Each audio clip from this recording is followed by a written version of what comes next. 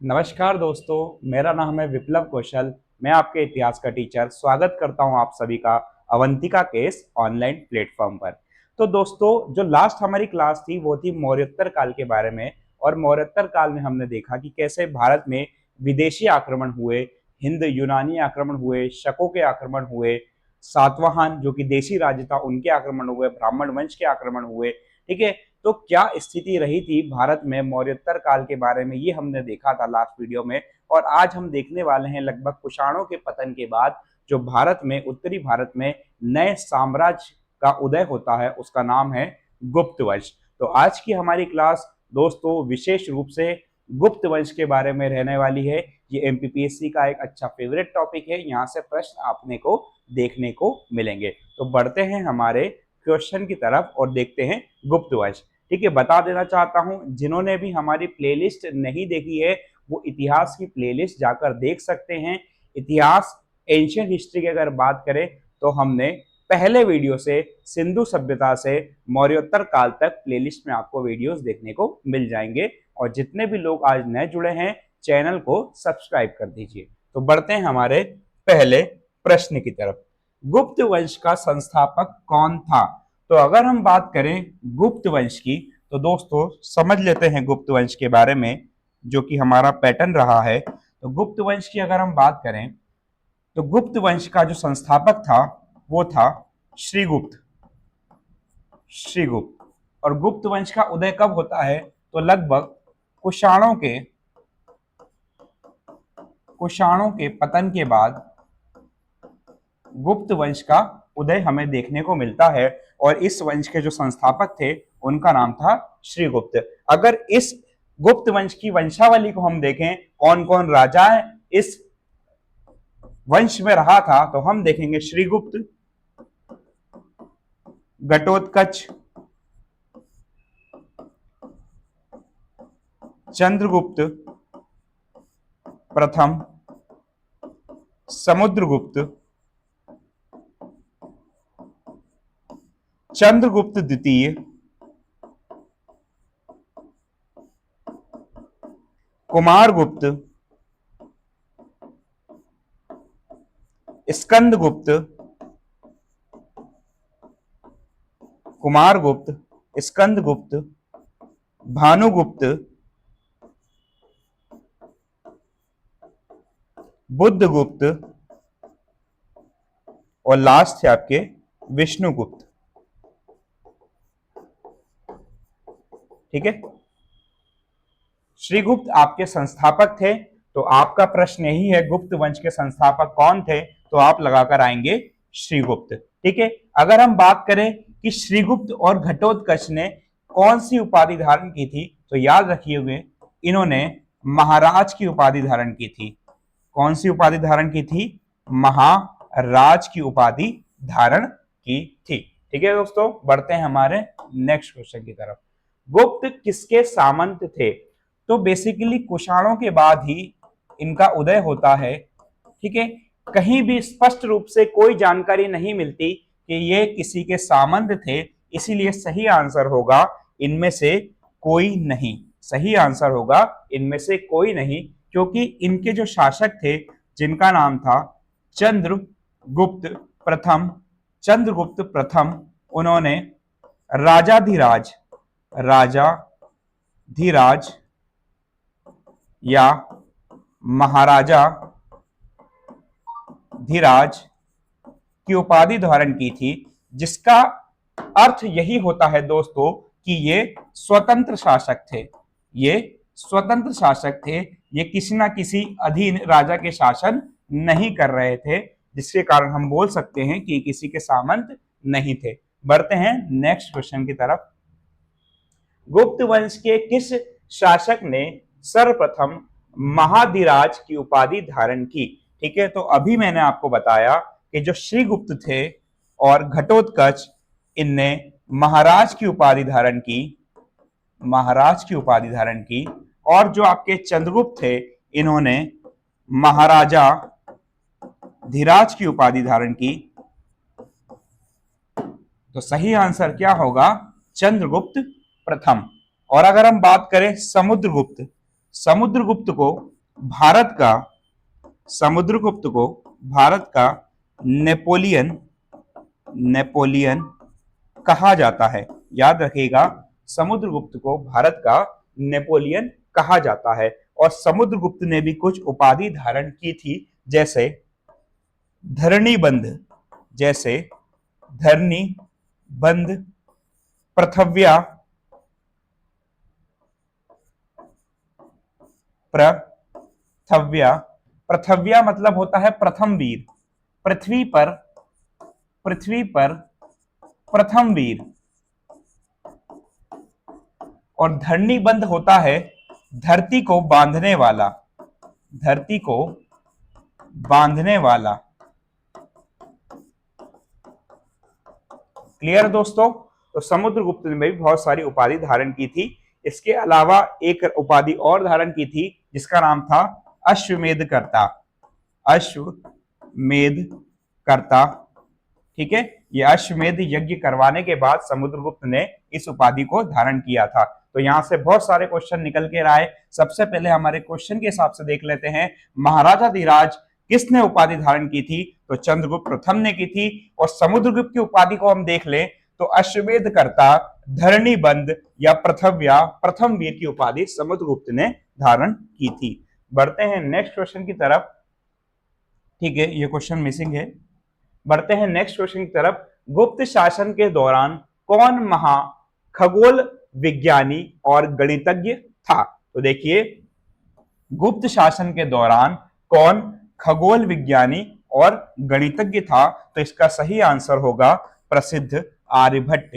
आर्यभट्ट वही है दोस्तों जिन्होंने पाई का मान दिया था, जो कि था 3.1416। ये पाई का मान था। इन्होंने शून्य की खोज भी की थी। इन्होंने बताया था कि सूर्य के आसपास जो ग्रह होते हैं वो चक्कर लगाते हैं। उसी के बाद इन्होंने बताया था कि चंद्रमा का अपना प्रकाश नहीं होता, ये सूर्य के प्रकाश से परावर्तित होकर चमकता है। ये सारी जानकारी आर्यभट्ट ने दी थी। और आर्यभट्ट की जो पुस्तक है उसका नाम है आर्यभट्टम। क्या नाम है दोस्तों?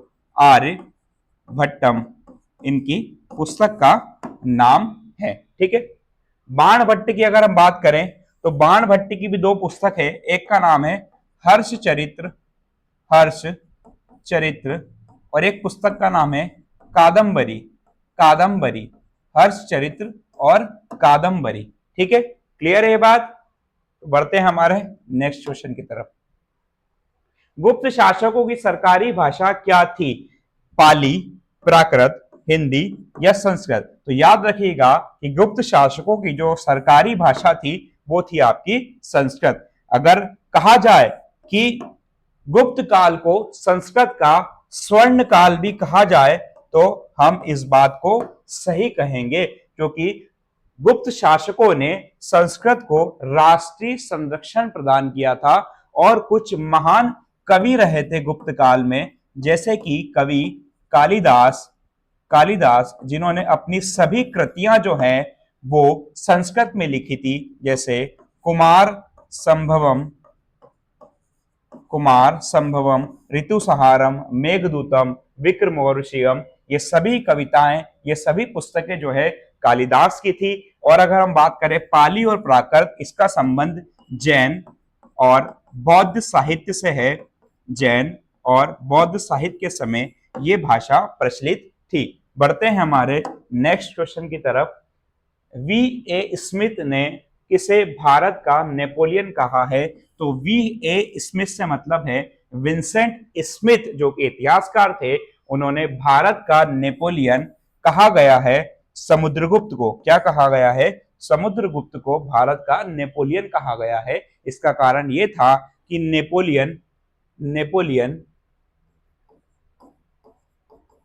नेपोलियन दोस्तों जो कि यूरोप में शासन कर रहा था, और उसने यूरोप में एक विशाल साम्राज्य की स्थापना की, और वो कभी भी कोई युद्ध नहीं हारा था। उसी का तरह की अगर हम बात करें तो वो व्यक्ति था आपका समुद्रगुप्त, जिसने 100 युद्ध लड़े थे और 100 के 100 युद्ध जीते थे, वो कभी कोई युद्ध नहीं हारा। समुद्रगुप्त ने भी भारतीय इतिहास में भारत के क्रम की अगर हम बात करें तो एक विशाल साम्राज्य की स्थापना की, इसीलिए इसकी तुलना नेपोलियन बोनापार्टा से की जाती है और वो तुलना स्मिथ के द्वारा की गई। तो इसका सही आंसर होगा समुद्रगुप्त। और समुद्रगुप्त ने कुछ उपाधि भी धारण की थी, जैसे कि मैं आपको बता चुका हूं, जैसे कि धरणीबंध, पृथव्या यानी होता है प्रथम वीर, धरणीबंध यानी होता है धरती को मानने वाला, और अश्वमेध करता यानी अश्वमेध यज्ञ करवाया था जीत के बाद। तो बढ़ते हैं नेक्स्ट क्वेश्चन की तरफ। किस राजा ने हूणों को भारत पर आक्रमण से रोका था? तो देखिए दोस्तों, हूणों का आक्रमण गुप्त काल की एक प्रमुख घटना है। हूणों का आक्रमण गुप्त काल की एक प्रमुख घटना है। तो हूणों का आक्रमण को भारत से खदेड़ कर भगाने वाले कौन थे? तो उनका नाम था स्कंदगुप्त। याद रखिएगा, स्कंदगुप्त ने भारत में हूणों के आक्रमण को रोका था। और स्कंदगुप्त के बाद कोई भी योग्य शासक नहीं होता जो हूणों के आक्रमण को रोक सके, जिससे अगर बात करें तो घातक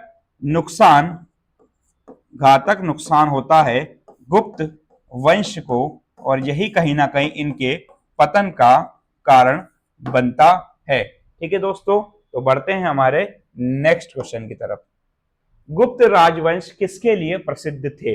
कला और स्थापत्य के लिए, साम्राज्यवाद के लिए, राजस्व एवं भूमि कर के लिए, या साहित्यिक कार्यों का संरक्षण? तो कला और स्थापत्य भी सही है दोस्तों, लेकिन इसका मोस्ट प्रोबेबली आंसर होगा साहित्य कार्यों का संरक्षण।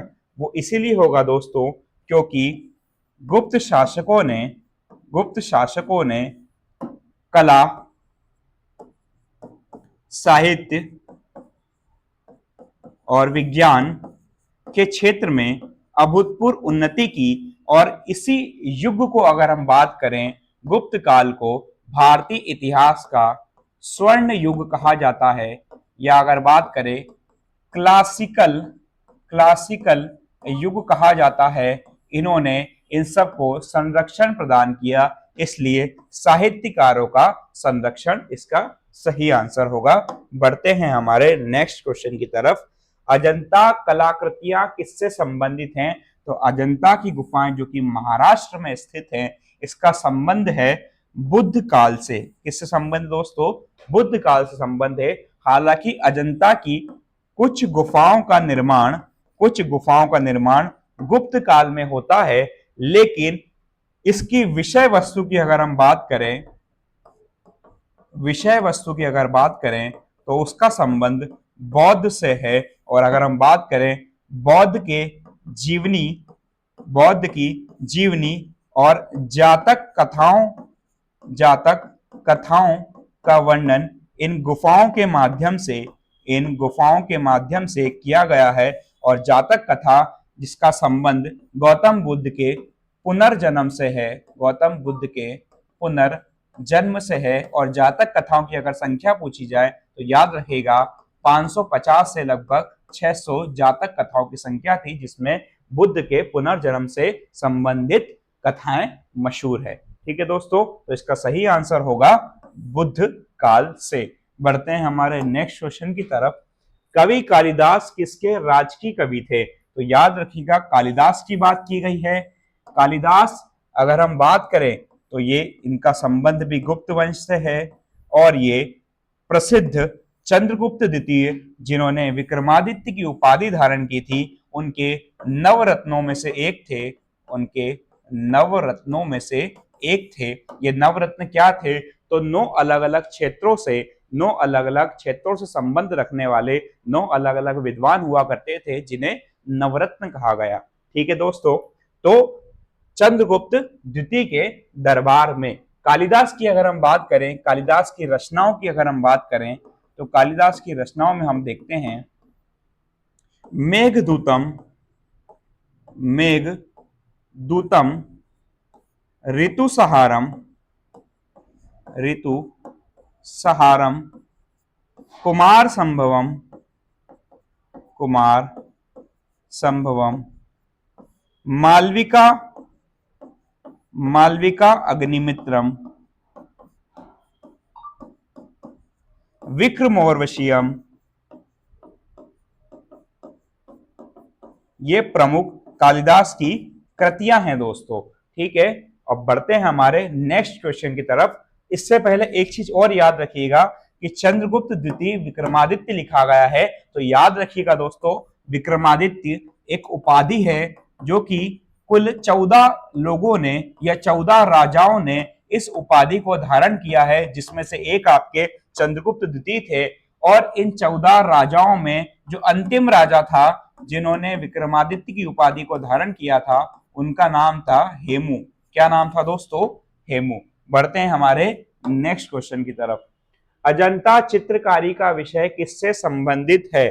तो अजंता चित्रकारी का संबंध, जैसा कि मैं आपको बता चुका हूं, ये बौद्ध धर्म से संबंधित है। इसमें बौद्ध धर्म की या गौतम बुद्ध से संबंधित घटनाओं और जातक कथाओं का वर्णन किया गया है। बढ़ते हैं नेक्स्ट क्वेश्चन की तरफ। उत्तर गुप्त युग में कौन सा विश्वविद्यालय प्रसिद्ध था? तो याद करिए, विश्वविद्यालय की अगर मैं बात करूं तो तक्षशिला पाकिस्तान में स्थित है। तक्षशिला पाकिस्तान में स्थित है। लेकिन अगर गुप्त वंश की बात करूं तो नालंदा प्रसिद्ध बौद्ध नालंदा प्रसिद्ध बौद्ध विश्वविद्यालय हुआ करता था, जो कि स्थित है आपके बिहार में। कहां पर स्थित है दोस्तों? बिहार में स्थित है। इसकी स्थापना किसने की थी नालंदा की? इंपॉर्टेंट क्वेश्चन है। कुमार गुप्त ने। याद रखिएगा, कुमार गुप्त ने नालंदा विश्वविद्यालय को कई गांव दान में दिए थे, इसलिए नालंदा विश्वविद्यालय की स्थापना का श्रेय कुमार गुप्त को जाता है। हालांकि नालंदा विश्वविद्यालय को ध्वस्त करने वाला व्यक्ति था बख्तियार खिलजी।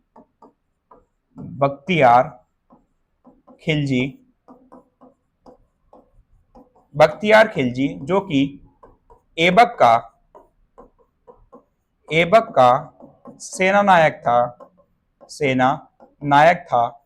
इसने, अगर हम बात करें, नालंदा विश्वविद्यालय को आग लगा दी थी, और यह आग लगभग इतनी भीषण थी कि 2 से 3 महीने तक इस आग पर काबू नहीं पाया गया और सारी पुस्तकें जलकर ध्वस्त हो गई दोस्तों।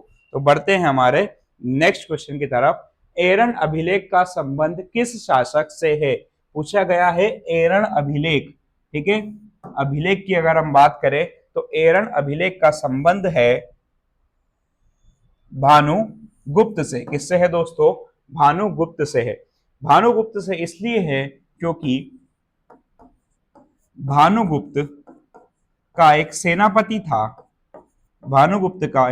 सेनापति था जिसका नाम था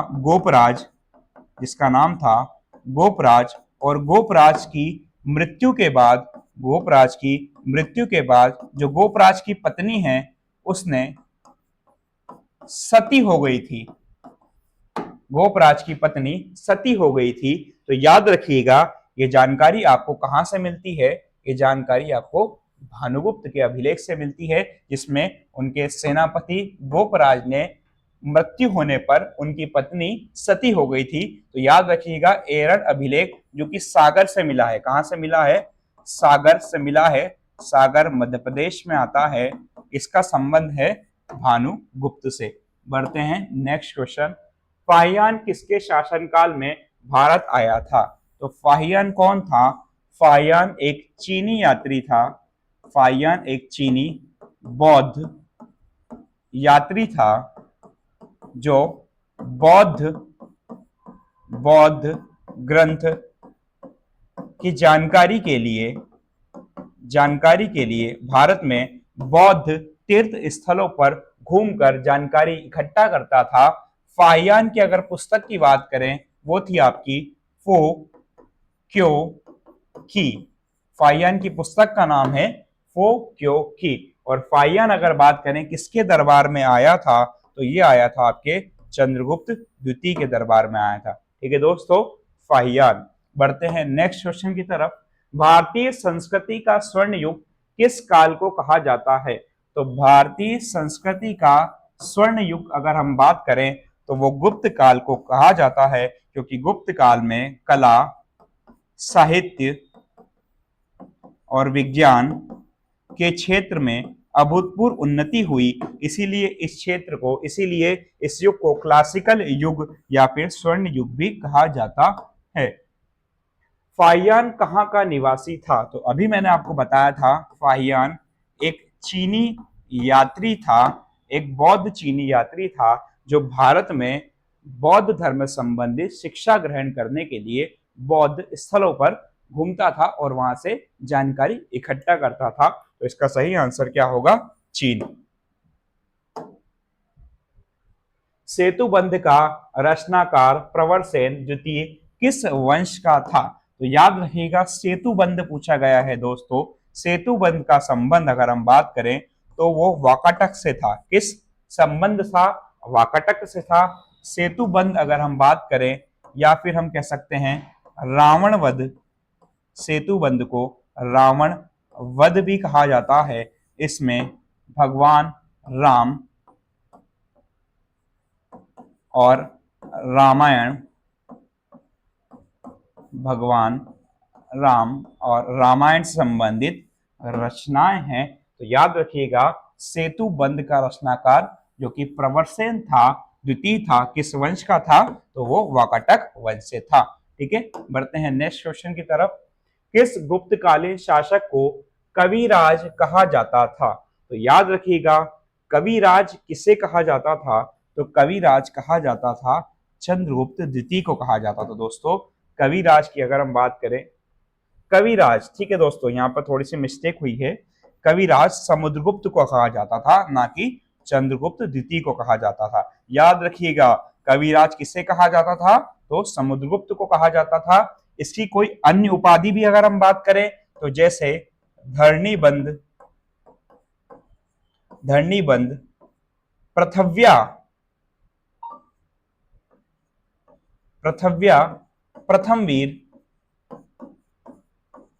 जैसी उपाधि इसने धारण की थी। और एक उपाधि जो मिलती है कविराज, जिसमें अगर हम बात करें, इसको एक सिक्के में, एक सिक्के में वीणा बजाते हुए दर्शाया गया है, वीणा बजाते हुए दर्शाया गया है, जिससे इसके संगीत, जिससे इसके संगीत प्रेमी होने की बात जाहिर रूप से दिखाई देती है।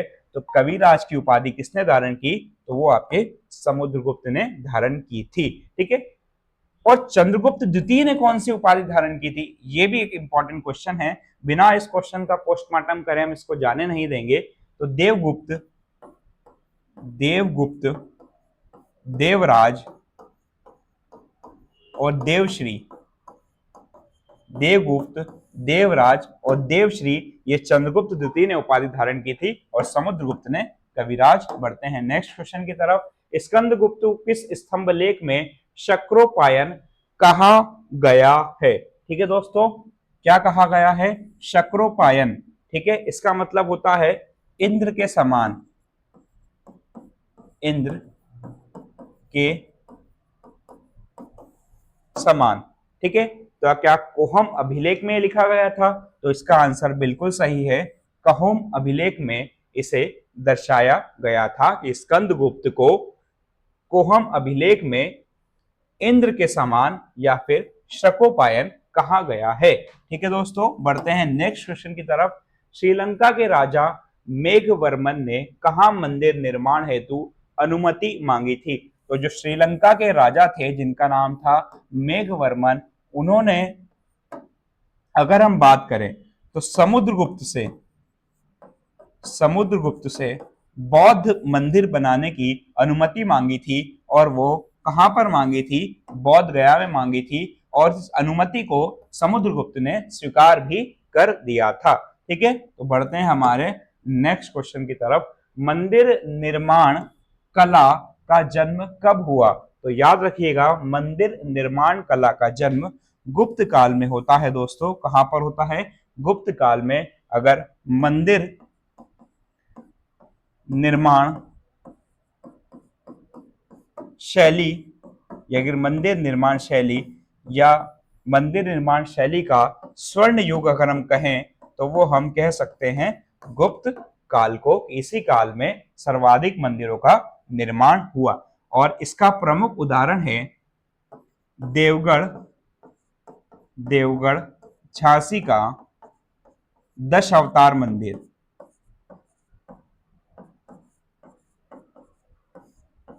दशावतार मंदिर जो कि देवगढ़ झांसी में स्थित है।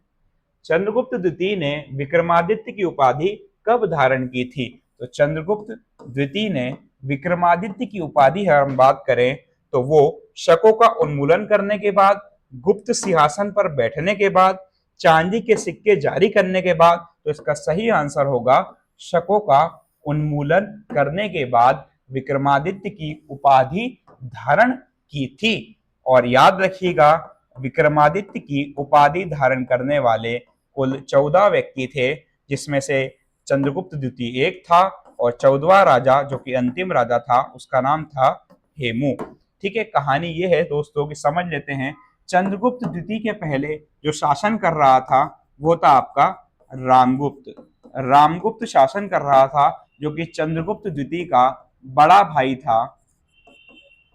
बड़ा भाई था। रामगुप्त की पत्नी थी जिसका नाम था ध्रुव देवी।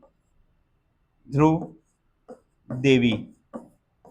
कहा जाता है कि शकों ने रामगुप्त पर हमला कर दिया और उनसे ध्रुव देवी को सौंपने को कहा कि अगर आप ध्रुव देवी को नहीं सौंपोगे तो रामगुप्त का हम कत्ल कर देंगे, जिससे डरकर रामगुप्त ने अपनी पत्नी ध्रुव देवी को शकों के हाथों सौंप दिया था। जब ये बात का पता पड़ता है चंद्रगुप्त द्वितीय को तो चंद्रगुप्त सबसे पहले हत्या करते हैं अपने ही बड़े भाई जिनका नाम था रामगुप्त। और रामगुप्त की हत्या के बाद वो शकों का उन्मूलन करते हैं, शकों को पराजित करते हैं, ध्रुव देवी को छुड़ाकर लाते हैं और उनसे विवाह कर लेते हैं। ठीक है, तो सही आंसर होगा शकों का उन्मूलन। बढ़ते हैं नेक्स्ट क्वेश्चन की तरफ। गुप्त काल के सर्वाधिक लोकप्रिय देवता कौन थे? तो गुप्त काल के सर्वाधिक लोकप्रिय देवता विष्णु थे। कौन थे दोस्तों? विष्णु थे। इनके सिक्कों की अगर बात करें तो वहां पर गरुड़ का चिन्ह मिलता है, जिससे पता पड़ता है कि ये कहीं ना कहीं वैष्णव धर्म के अनुयायी थे। और इसी के साथ साथ इनके बहुत से शासकों ने परम भागवत की उपाधि धारण की थी, जिससे ये जानकारी मिलती है परम भागवत यानी विष्णु के परम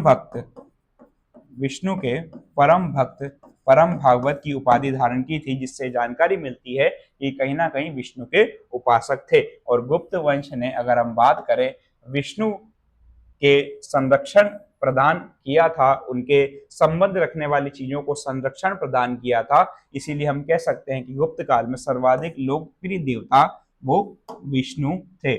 चंद्रगुप्त द्वितीय ने चांदी के सिक्के किस विजय के बाद जारी किए थे? तो याद रखिएगा चंद्रगुप्त द्वितीय ने चांदी के सिक्के हूणों को पराजित करने के बाद, शकों को पराजित करने के बाद, तो शकों को पराजित करने के बाद उन्होंने चांदी के सिक्के जारी किए थे। कहानी मैं आपको सुना चुका हूं रामगुप्त की। ठीक है दोस्तों, थोड़ा पानी पी लेते हैं।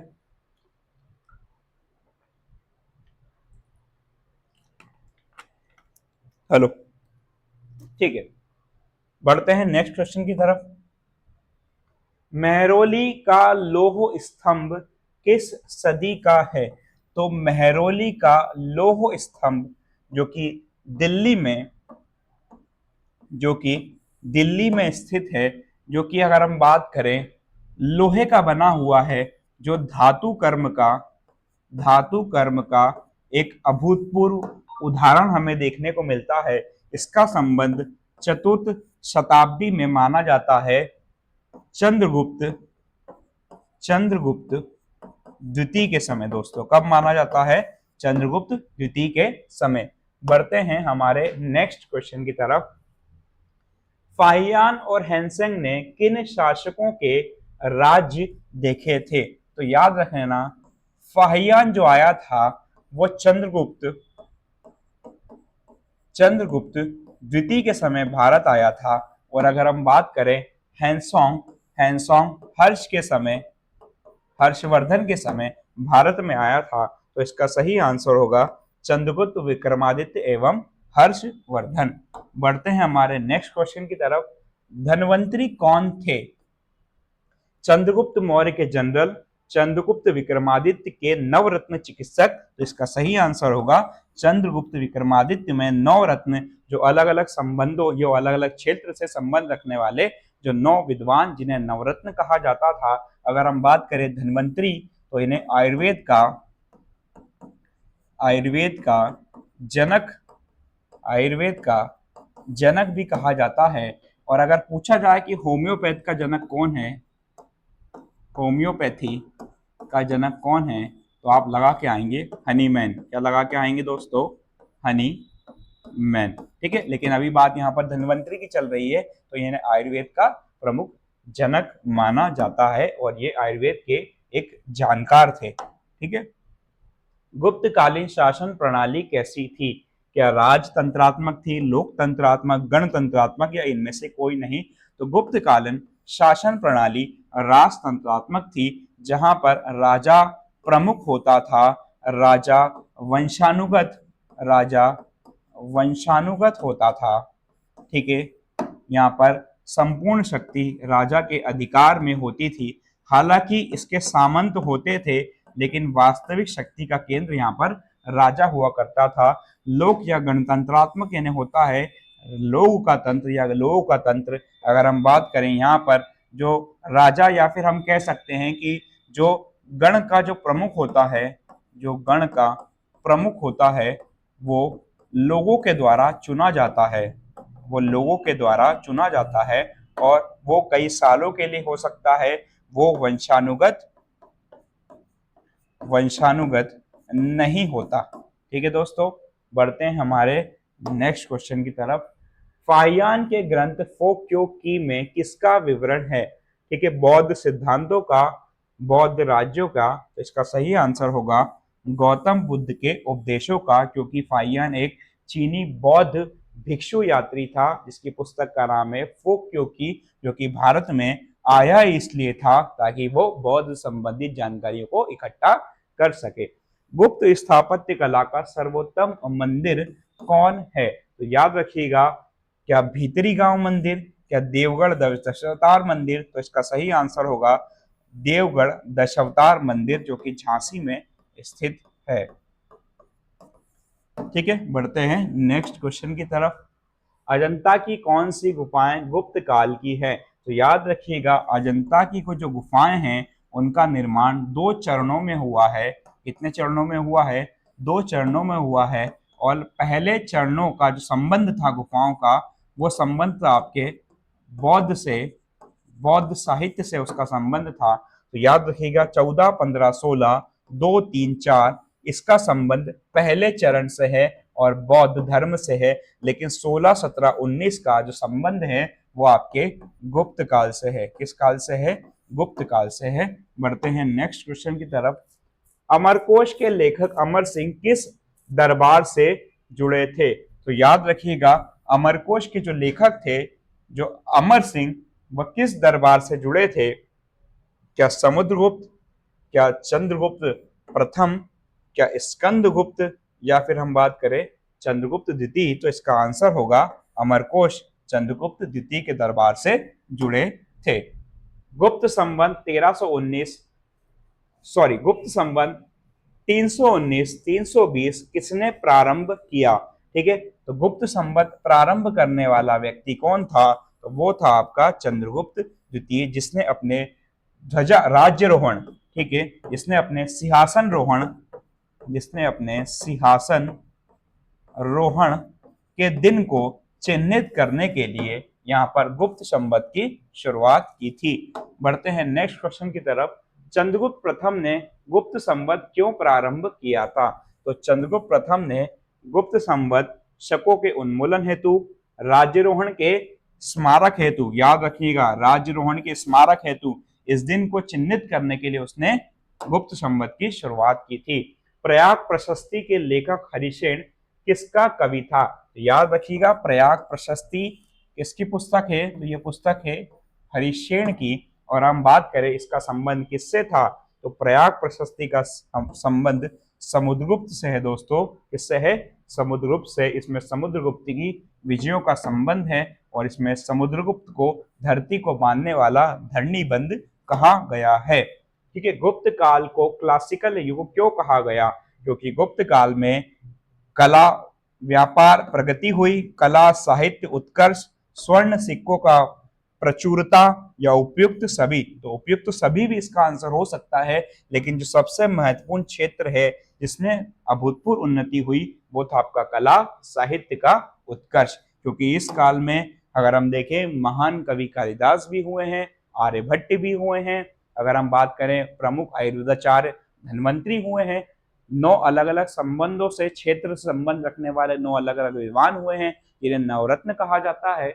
सारनाथ का धमेख स्तूप किस काल में बना? मौर्य काल में, कुषाण, शुंग या गुप्त काल में? तो याद रखिएगा सारनाथ का दमोह स्तूप का संबंध है गुप्त काल से। ठीक है, कहाँ संबंध है? गुप्त काल से। सारनाथ एक स्थान था, मैंने आपको बताया था, जहां बुद्ध ने अपना प्रथम उपदेश दिया। रिवाइज करते हुए चलना है दोस्तों हमें। ठीक है, पुराने वीडियोस को देखते चलिए, रिवाइज करते चलिए, आपका हिस्ट्री कब खत्म होगा आपको समझ में भी नहीं आएगा। गुप्त काल की सोने की मुद्रा कहलाती थी। तो याद रखना, गुप्त काल में सर्वाधिक स्वर्ण मुद्रा का प्रचलन हुआ, वो स्वर्ण मुद्रा कहलाती थी दिनार। अगर हम बात करें स्वर्ण मुद्रा की, स्वर्ण मुद्रा का सबसे पहले जो प्रचलन था वो कुषाणों के समय चालू हुआ। कुषाणों में जो शासक था उसका नाम था विम कटफिसेस। विम कटफिसेस। और हम बात करें सर्वाधिक मात्रा में स्वर्ण सिक्के किसने जारी करे, तो उसका आंसर होगा गुप्त, सर्वाधिक मात्रा में, और उन्हें दिनार कहा जाता था। बढ़ते हैं नेक्स्ट क्वेश्चन की तरफ। कुमार संभवम के रचयिता कौन हैं?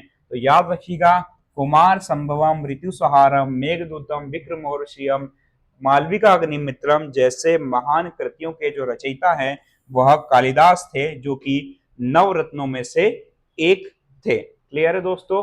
कुमार संभवम जिसमें शिव भगवान, शिव और पार्वती, शिव और पार्वती और उनके पुत्र कार्तिकेय, और उनके पुत्र कार्तिकेय की जानकारी मिलती है दोस्तों। ठीक है, उनकी कथा की जानकारी मिलती है। बढ़ते हैं नेक्स्ट।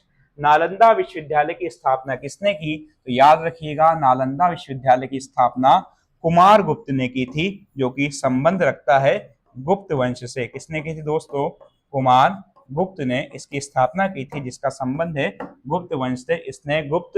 इसने नालंदा विश्वविद्यालय, जो कि बिहार में आता है, कई गांव दान में दिए थे। बढ़ते हैं नेक्स्ट क्वेश्चन की तरफ। गुप्त युग में भू राजस्व कर क्या थी? तो उपज का चौथा भाग, उपज का छठा भाग। तो इसका सही आंसर होगा उपज का छठा भाग। क्योंकि अगर हम बात करें भू राजस्व की जो दर, इसका मतलब होता है भू पर राजस्व लेना या पैसा लेना।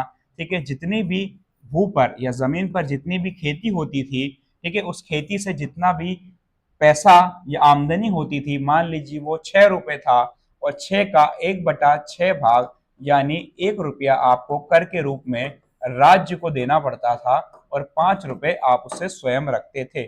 बढ़ते हैं नेक्स्ट क्वेश्चन की तरफ। नगरों का पतन किस काल की विशेषता थी? ठीक है, तो नगरों का पतन, नगरों के पतन में जो इंपॉर्टेंट थे, जैसे अगर हम बात करें तक्षशिला का पतन हमें देखने को मिलता है, पाटलिपुत्र का पतन हमें देखने को मिलता है, यह पतन हमें देखने को मिलता है गुप्त काल में। ठीक है, बढ़ते हैं नेक्स्ट क्वेश्चन की तरफ। किस वंश ने सबसे अधिक ग्राम दान दिए थे? तो वैसे तो अगर हम बात करें कि ब्राह्मणों को भूमि दान में देने की प्रथा की शुरुआत किसने की? तो वो की थी आपके सातवाहनों ने। किसने की थी? सातवाहनों ने। लेकिन अगर बात करें सबसे ज्यादा ग्राम दान में किसने दिए, तो उसमें आप लगाओगे गुप्त वंश, जिसमें कुमार गुप्त ने, आपने देखा कि उन्होंने नालंदा विश्वविद्यालय को कई गांव दान में दिए थे। मेहरौली स्तंभलेख, जो कि आपका दिल्ली में स्थित है, जो कि आपका दिल्ली में स्थित है। बार बार इसलिए लिख रहा हूं ताकि आपको याद हो जाए। लोह स्तंभ जो कि धातु कर्म का एक अभूतपूर्व उदाहरण है, किसकी स्मृति में बनाया गया, तो ये बनाया गया था चंद्र। चंद्र जिसे दूसरी भाषा में अगर हम बोलें, दूसरे शब्द में अगर हम बोलें, जिसे चंद्र गुप्त द्वितीय भी कहा जाता है। ठीक है दोस्तों, मेहरौली का स्तंभ लेख।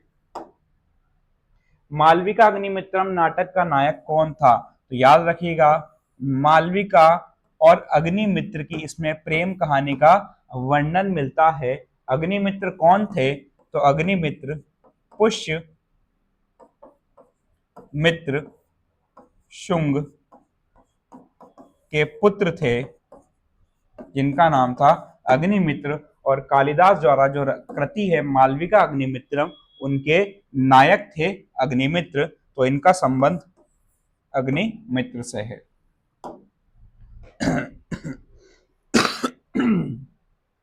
समुद्रगुप्त की सैनिक उपलब्धियों का उल्लेख कहाँ है, तो समुद्रगुप्त की सैनिक उपलब्धियों का उल्लेख आपको मिलता है प्रयाग प्रशस्ति अभिलेख में। कहाँ मिलता है, प्रयाग प्रशस्ति अभिलेख में। इसकी रचयिता की थी हरिशेन ने। किसने की थी दोस्तों, हरिशेन ने इस अभिलेख की रचना की है, जिसमें उनकी उपलब्धियों का जिक्र हमें देखने को मिलता है। स्त्रियों की पुरुषों से बराबरी किस काल में थी, तो गुप्त काल की अगर हम बात करें, गुप्त काल में स्त्रियों की दशा में और गिरावट आती है। इस काल में हमें सती प्रथा के साक्ष्य भी मिलते हैं, और अगर हम बात करें इसी काल में हमें बाल विवाह के साक्ष्य भी मिलते हैं। तो कहीं ना कहीं अगर हम बात करें, ये घटनाएं जो थी, पुरुषों को बराबरी स्त्रियों के बराबर रखा गया, ये घटना तीनों काल में नहीं थी। इसका सही आंसर होगा किसी में नहीं। अगर हम देखें इन तीनों काल में लगातार महिलाओं की स्थिति में गिरावट देखने को मिलती है। हूणों के आक्रमण में से कौन सा राजवंशी विचलित हुआ, तो याद रखिएगा हूणों के आक्रमण को सर्वाधिक अगर किसी ने रोका तो वो था आपका स्कंदगुप्त। कौन था दोस्तों, स्कंदगुप्त के समय सर्वाधिक आक्रमण हुए और उसने भारत पर स्कंदगुप्त ने भारत पर हूणों के आक्रमण से रक्षा की। लेकिन स्कंदगुप्त के बाद कोई भी ऐसा योग्य शासक नहीं हुआ, जिसके बाद पतन की प्रक्रिया शुरू होती है और इसका सबसे ज्यादा खामियाजा भुगतना पड़ता है गुप्त वंश को। बढ़ते हैं नेक्स्ट क्वेश्चन की तरफ। निम्न में से कौन सा नाटक कालिदास का नहीं है, तो याद रखना मालविका अग्निमित्रम कालिदास का नाटक है, अभिज्ञानता शकुंतलम कालिदास का नाटक है, विक्रमोर्वशीयम कालिदास का नाटक है, लेकिन जानकी हरण कालिदास का नाटक नहीं है। ठीक है,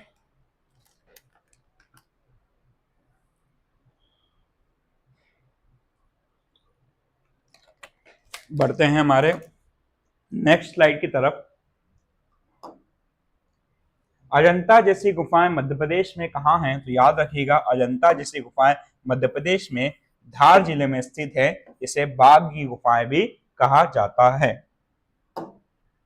गुप्त वंश के शासन किया, गुप्त वंश ने 319 से लेकर 500 ईस्वी तक, या 300 एडी से लेकर 319 एडी से लेकर 500 एडी तक शासन किया था। बाल विवाह की प्रथा कब प्रारंभ हुई, तो याद रखना बाल विवाह, अभी मैंने बताया आपको, बाल विवाह और सती प्रथा के साक्ष्य, जो कि सती प्रथा के साक्ष्य आपको एरण अभिलेख से मिलते हैं, एरण अभिलेख से मिलते हैं, एरण अभिलेख से मिलते हैं, जो कि आपके सागर में स्थित है, सागर से मिला है। लेकिन अगर बात करें बाल विवाह, तो याद रखना गुप्त काल। बढ़ते हैं नेक्स्ट क्वेश्चन की तरफ। सोने के सर्वाधिक सिक्के किस काल में जारी हुए, तो याद रखना सोने के सिक्के चले थे आपके सर्वप्रथम कुषाणों के समय, कुषाणों में भी विम कटफिसेस के समय। लेकिन अगर हम बात करें कि सोने के सर्वाधिक सिक्के सर्वाधिक पूछा गया है, तो उसका सही आंसर होगा गुप्त काल। बढ़ते हैं नेक्स्ट क्वेश्चन की तरफ। यूरोपियन भाषा में अनुदित प्रथम भारतीय ग्रंथ कौन सा था, तो याद करिए यूरोपीय भाषा में अनुदित जिसे करने वाले व्यक्ति थे जेम्स प्रिंसेप। कौन थे, जेम्स प्रिंसेप, जेम्स प्रिंसेप। इन्होंने अभिज्ञानता शकुंतलम को अंग्रेजी भाषा में अनुवादित किया था। सती प्रथा का पहला उल्लेख कहाँ मिलता है? तो सती प्रथा का पहला अभिलेख मिलता है एरण अभिलेख से, जो कि सागर में स्थित है, जो कि आपके सागर में स्थित है, जो कि भानुगुप्त के एक मंत्री थे जिनका नाम था गोपराज, जिनके मृत्यु होने पर उनकी पत्नी ने सती हो गई थी। गुप्त शासकों का सही क्रम क्या है? ये क्वेश्चन मिसिंग है दोस्तों। गुप्तकालीन सिक्कों का सबसे बड़ा ढेर कहां से मिला है? तो इसका आंसर है बयाना, और बयाना स्थित है आपके राजस्थान में। कहां पर स्थित है? राजस्थान में स्थित है। तो दोस्तों आज के क्वेश्चन यहीं पर समाप्त होते हैं, गुप्त वंश यहीं पर समाप्त होता है। आज की क्लास हमारी अति महत्वपूर्ण प्रश्नों से भरी हुई थी। तो नेक्स्ट वीडियो हमारा जो आने वाला है वो इसी के अगले क्रम के अनुसार होगा। वही देखने के लिए आप हमारे प्लेलिस्ट में जाकर सारे वीडियो को सर्च कर सकते हैं, और जो लोग भी आज इस वीडियो को देख रहे हैं वो चैनल को सब्सक्राइब करें ताकि ज़्यादा से ज़्यादा लोग इस चैनल को देख पाएं। तो नमस्कार दोस्तों, टेक केयर।